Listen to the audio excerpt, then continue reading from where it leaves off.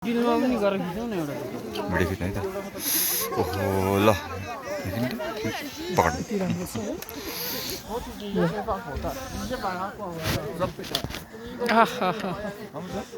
ल यो त अन्नपूर्ण रेस्टुरेन्टमा आएर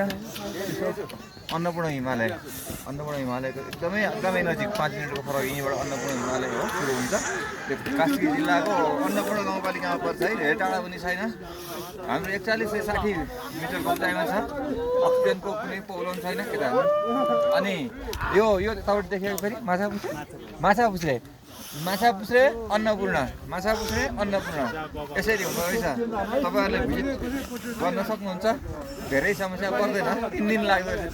है लाग्नलाई तर अत्यन्त यहाँ आएपछि यो माछा के छ यतापट्टि अन्नपूर्ण हिमाल यहाँ एउटा फाइनल्ली हामी यहाँ आइपुग्यौँ हामी 5 जना भएर हाम्रो दिदी भाइ हामी लिएर आएका छौँ यहाँ सबै हेर्न सक्नुहुन्छ